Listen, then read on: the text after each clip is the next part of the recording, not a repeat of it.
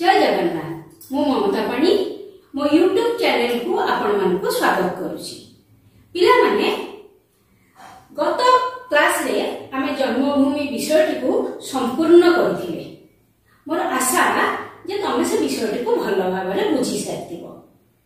एबे आमे यार प्रश्न उत्तर करबा को जिबा। देखो बिले एक नंबर प्रश्न निर्दिष्ट उत्तर मूलक। एक नंबर प्रश्न आयु सूर्य यार ठीक व्यास वाक्यटी चिन्ह बोले आयु सूर्य तार व्यास वाक्य होची आयु रूपक सूर्य। 2 नंबर धर्मांतर यार विग्रह वाक्य कोन हेबो। धर्मांतरर विग्रह वाक्य अन्य धर्म बा धर्म रु अंतर हबो। 3 नंबर बिले देखो पुनर्जन्म शब्द पई निम्नलिखित संधि रु ठीक संधिटी बाछि देखो। एठी तमरा 4टी संधि करके देइछि किंतु ता भितर गोटी मात्र ठीक अछि सेटा होछि पुनः जन्म पुनर्जन्म।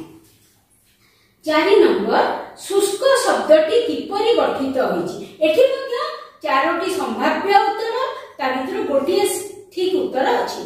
ठीक उत्तर टी हला शुष्क प्लस बा युक्त क शुष्क। 5 नंबर निम्नोक्त शब्द गुड़िक मध्यरु शुद्ध शब्दटी बाछ।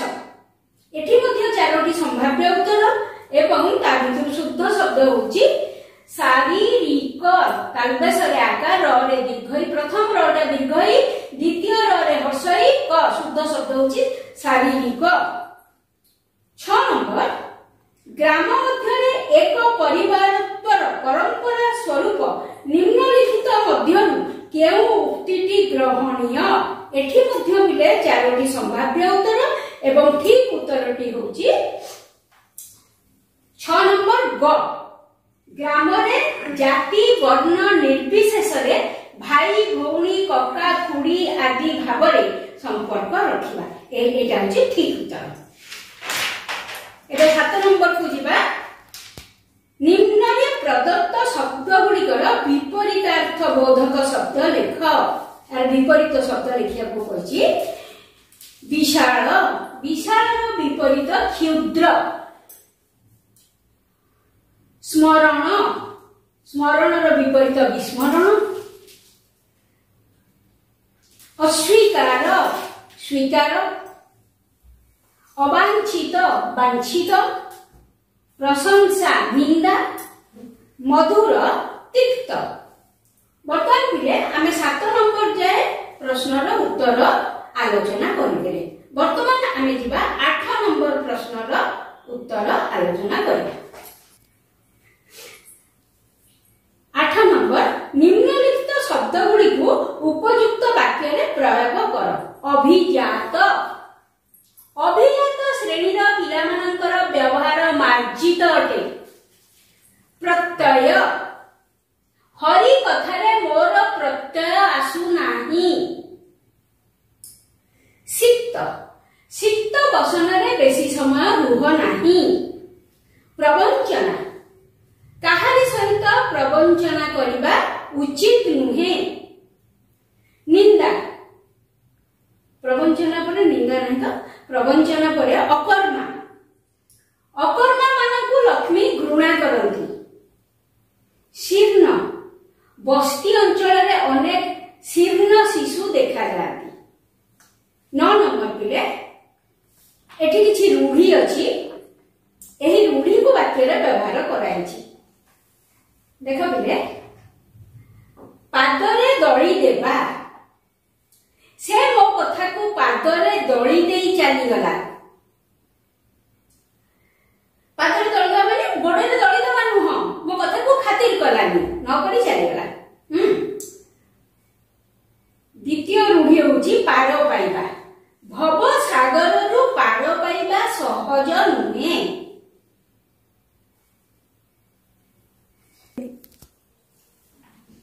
कंट करिबा। राम 4 दिन को कंट करी सहर जाइछि। वर्तमान पिले 10 नंबर प्रश्न को जिबा। श्रम को जे जीवन धारणर पंथा बोली ग्रहण करती तांकु कुहा जाय श्रमजीवी।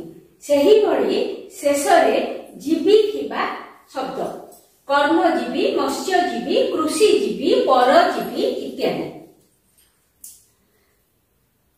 11 नंबर प्रश्न बाम पाखरे थिबा शब्द सह डाहाण पाखरे थिबा उपयुक्त शब्द को जोड़ी स्वतंत्र भाବରେ वाक्ୟରେ ପ୍ରୟୋଗ କର। ପିଲେ ଏପଟେ ଦେଖ ଲେଖାଇଛି ଶସ୍ୟ ଶ୍ୟାମଳା ସ୍ତୂପୀକୃତ ସ୍ୱର୍ଣ୍ଣଶୀର୍ଷ ଯୁକ୍ତିବାଦୀ ଅଭ୍ରଙ୍କଶ ଦୋଳାୟମାନ ଅହେତୁକ। ଏପଟେ ସେମିତି କିଛି ଶବ୍ଦ ଦିଆହେଇଛି। ଆମେ ଏଇ ଦିଟାକୁ ଯାହା ସହିତ ଯିଏ ମେଳ ଖାଇବ ତାକୁ ଯୋଡ଼ି ସାରିଲା ପରେ ବାକ୍ୟ ଗଠନ କରୁଛନ୍ତି। ଶସ୍ୟ ଶ୍ୟାମଳା ଧରଣୀ ବର୍ଷା ଦିନର ଶସ୍ୟ ଶ୍ୟାମଳା ଧରଣୀ ମନରେ ପୁଲକ ଆଣେ। ସ୍ୱର୍ଣ୍ଣ ଶୀର୍ଷ ଧାନ୍ୟ ଶୀତ ଋତୁର ସ୍ୱର୍ଣ୍ଣ ଶୀର୍ଷ ଧାନ୍ୟ କୃଷକର ମନକୁ ଉଲ୍ଲସିତ କରେ। ସ୍ତୂପୀକୃତ ମେଘ ଆକାଶରେ ସ୍ତୂପୀକୃତ ମେଘ ଦେଖି ମୟୂର ନାଚି ଉଠେ। ଅଭ୍ରଙ୍କଶ ପ୍ରାସାଦ ଏବେ ଭୁବନେଶ୍ୱରରେ ଅନେକ ଅଭ୍ରଙ୍କଶ ପ୍ରାସାଦ ଗଢି ଉଠିଲାଣି। ଅହେତୁକ ବ୍ୟଥା ବର୍ତ୍ତମାନର ଅଧିକାଂଶ ବ୍ୟକ୍ତି ପିତାମାତାଙ୍କୁ ଅହେତୁକ ବ୍ୟଥା ଦେଉଛନ୍ତି। ପିଲେ ବର୍ତ୍ତମାନ ଆମର ନିର୍ଦ୍ଦିଷ୍ଟ ଉତ୍ତରମୂଳକ ପ୍ରଶ୍ନର ଉତ୍ତର ସରିଗଲା। ତାପରେ ଆମେ ଯିବା କ୍ଷୁଦ୍ର ଉତ୍ତରମୂଳକ ପ୍ରଶ୍ନ। ଲେଖକ ଜନ୍ମଭୂମି ପଲ୍ଲୀକୁ ନିଜର ମା ବୋଲି ଭାବିଛନ୍ତି କାହିଁକି? ଲେଖକ ଜନ୍ମଭୂମି ପଲ୍ଲୀକୁ ନିଜର ମା ବୋଲି ଭାବିଛନ୍ତି କାରଣ ମାତୃ ଗର୍ଭରୁ ପଡ଼ି ପ୍ରଥମେ ସେ ସେହି ଜନ୍ମଭୂମିକୁ ସ୍ପର୍ଶ କରିଥିଲେ ଏବଂ ସେହି ଜନ୍ମଭୂମି ତାଙ୍କୁ ଶାକ ତଣ୍ଡୁଳ ଦେଇକିରି ତାଙ୍କର ଶରୀରକୁ ପରିପୁଷ୍ଟ କରିଥିଲା। ତେଣୁ ଲେଖକ ଜନ୍ମଭୂମିକୁ ମା ବୋଲି ଭାବିଛନ୍ତି। 13 ନମ୍ବର ପ୍ରଶ୍ନ ଜନ୍ମଭୂମିକୁ ଧାତ୍ରୀ ଓ ଶିକ୍ଷୟିତ୍ରୀ କହିବାର କାରଣ? ଲେଖକ ଜନ୍ମଭୂମିକୁ ଧାତ୍ରୀ ଆଉ ଶିକ୍ଷୟିତ୍ରୀ କହିଛନ୍ତି କାରଣ ଜନ୍ମଭୂମିରୁ ନିଜକୁ ପରିପୁଷ୍ଟ କରିବା ପାଇଁ ସେ ଖାଦ୍ୟ ପାଇଛନ୍ତି। ଜନ୍ମଭୂମି ତାଙ୍କୁ ଲାଳନ ପାଳନ କରିଛି ଏବଂ ଜନ୍ମଭୂମିରୁ ସେ ଅନେକ କଥା ଶିଖିଛନ୍ତି। ଯୋଉଥିପାଇଁ କି ଲେଖକ ଜନ୍ମଭୂମିକୁ ଧାତ୍ରୀ ଶିକ୍ଷୟିତ୍ରୀ କହିଛନ୍ତି। ଏ ସମସ୍ତ ମୋର ଜନ୍ମଭୂମି ଏହି ବାକ୍ୟାଂଶରେ ଏ ସମସ୍ତ କାହାକୁ ବୁଝଉଛି?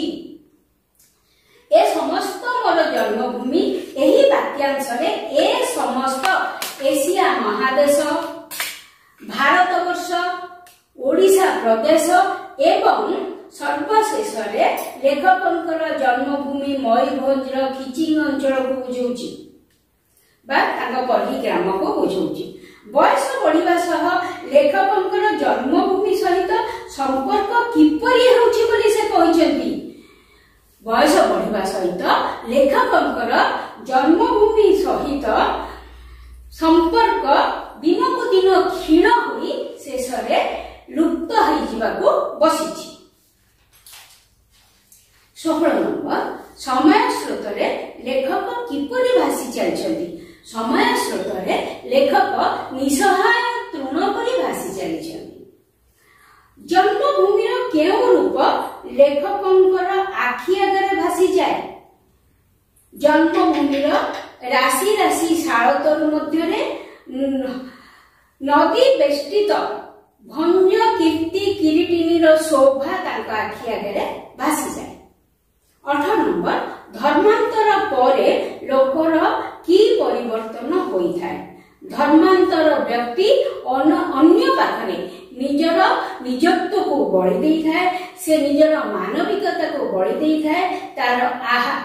ତାର ନାମ, ପଦବୀ, ଆହାର, ବ୍ୟବହାର, ଚାଲି ଚଳନ ସମସ୍ତ ଜିନିଷ ପରିବର୍ତ୍ତିତ ହୋଇଥାଏ। ପଲ୍ଲୀରେ ଏକ ପରିବାରତ୍ୱ ଗଢି ଉଠିବାର କି ପ୍ରମାଣ ମିଳେ? ପଲ୍ଲୀରେ ଏକ ପରିବାରତ୍ୱ ଗଢି ଉଠିବାର ପ୍ରମାଣ ହେଉଛି ଯେ ପଲ୍ଲୀରେ କିଏ ଭାଇ, କିଏ ଭଉଣୀ, କିଏ ଦାଦା, କିଏ ଖୁଡି, କିଏ ମଉସା, କିଏ ମାଉସୀ ଏହିପରି ପରିଚୟରେ ସମସ୍ତେ ପରିଚିତ ଥାନ୍ତି। ସାରା ମାଉସୀ ଲେଖକଙ୍କୁ ଆଗେ କଣ କହି ପଚାରୁଥିଲା?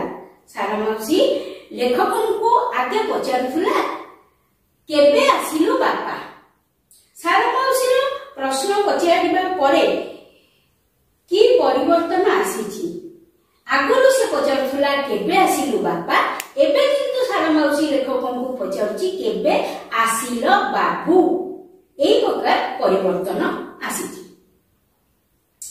গোবিন্দা ভাই কি প্রকার লোক? গোবিন্দা ভাই ଥିଲା আজীবন অকর্মা ও অবিবাহিত। তা কুটিরକୁ দুর্গ କରି সে সমগ্র বিশ্ব বিরুদ্ধে যুদ্ধ ঘোষণা କରୁଥିଲା, অর্থাৎ তার অসন্তোষକୁ বখাণୁଥିଲା।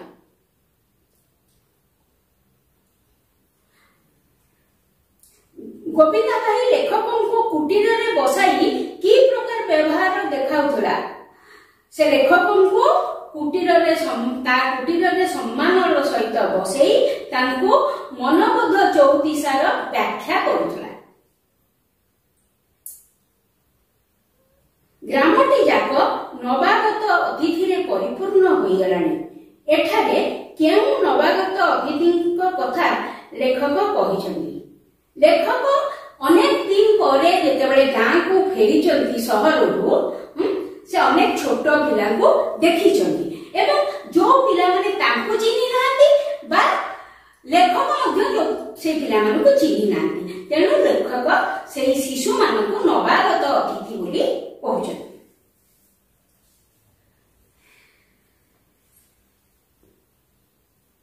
ଗ୍ରାମର ଶିଶୁ ସମାବେଶ ଉପରେ ଲେଖକ କି ଅଭିମତ ଦେଇଛନ୍ତି? ଗ୍ରାମର ଶିଶୁ ସମାବେଶ ଉପରେ ଲେଖକ ଅଭିମତ ଦେଇଛନ୍ତି ଯେ ଗ୍ରାମର ଯେଉଁଆଡ଼େ ଚାହିଁଲେ କେବଳ ଶୀର୍ଣ୍ଣ ମଳିନ କୃଷଦର ଲମ୍ବୋଦର ଅବାଞ୍ଛିତ ଅବହେଳିତ ଶିଶୁମାନଙ୍କର ସମାହାର ଦେଖାଯାଏ। ଏହି ଶିଶୁମାନେ ଲେଖକଙ୍କୁ ଏବେ ଦେଖିଲେ କିପରି ବ୍ୟବହାର ଦେଖେଇଥାନ୍ତି? ଗ୍ରାମର ଶିଶୁମାନେ ଲେଖକଙ୍କୁ ଚିହ୍ନନ୍ତି ନାହିଁ ବା ଜାଣନ୍ତି ନାହିଁ। ଯେତେବେଳେ ସେ ଲେଖକଙ୍କୁ ଦେଖନ୍ତି ଆଫ୍ରିକାରୁ ଆସିଥିବା ଜେବ୍ରା ବା ଜିରାଫକୁ ଦେଖିଲା ପରି ଜାଣିନାହାନ୍ତି। ଗ୍ରାମର ସାଧାରଣ ଯୁବକମାନେ କିପରି ସମୟ ବିତାନ୍ତି?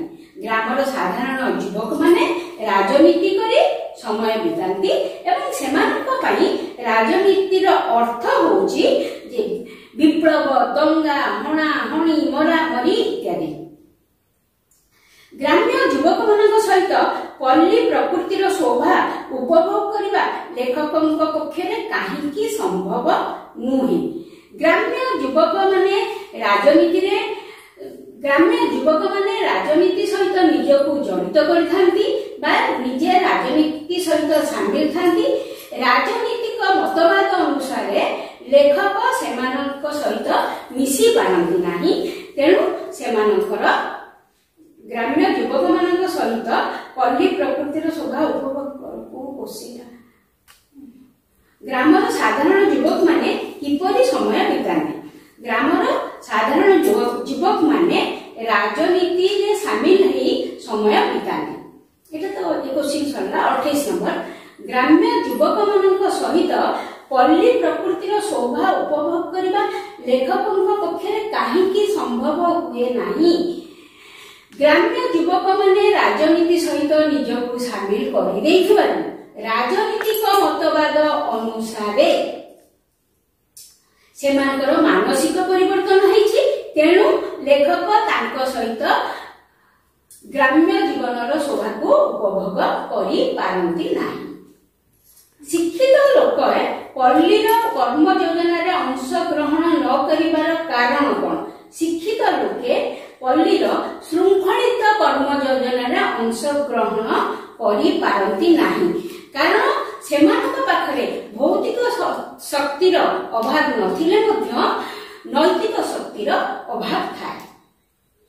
ରଜ ପର୍ବ ଶେଷ ହେବା ପରେ ନିଷ୍ଠୁର ବାସ୍ତବତା ଆସି ପଡ଼େ। ଏକଥା ଲେଖକ କହିବାର ଉଦ୍ଦେଶ୍ୟ କ'ଣ?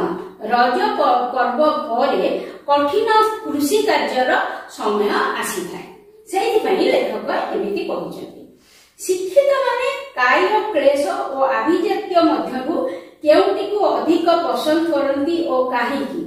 ଶିକ୍ଷିତ ମାନେ ଆଭିଜାତ୍ୟ अधिक पसंद करती कारण शिक्षित माने आभिजात्य को छाड़िबा संभव नुहे तेणु से माने शारीरिक परिश्रम बा काय क्लेश को छाड़ी दियंती।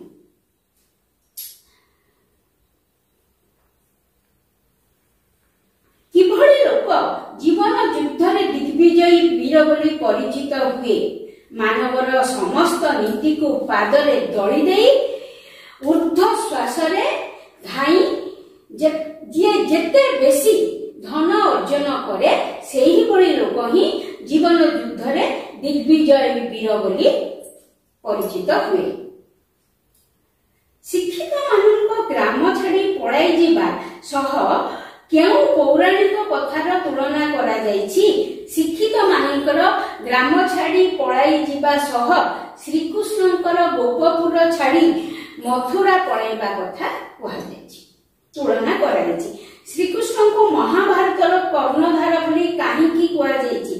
महाभारत युद्धर आरंभ अग्रगति एवं फलाफल श्रीकृष्ण द्वारा ही नियंत्रित होइतिला सेथि पई तांको महाभारतर कर्णधार बोली कहा जायछि। श्रीकृष्णकर वंशर शेष अवस्था कौन होइतिला?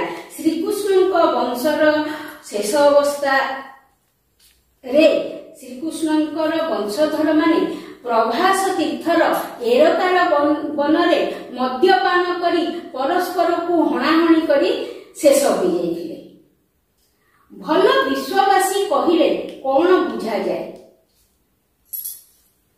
जो शिक्षित व्यक्ति निज महानुभवतार परिचय देई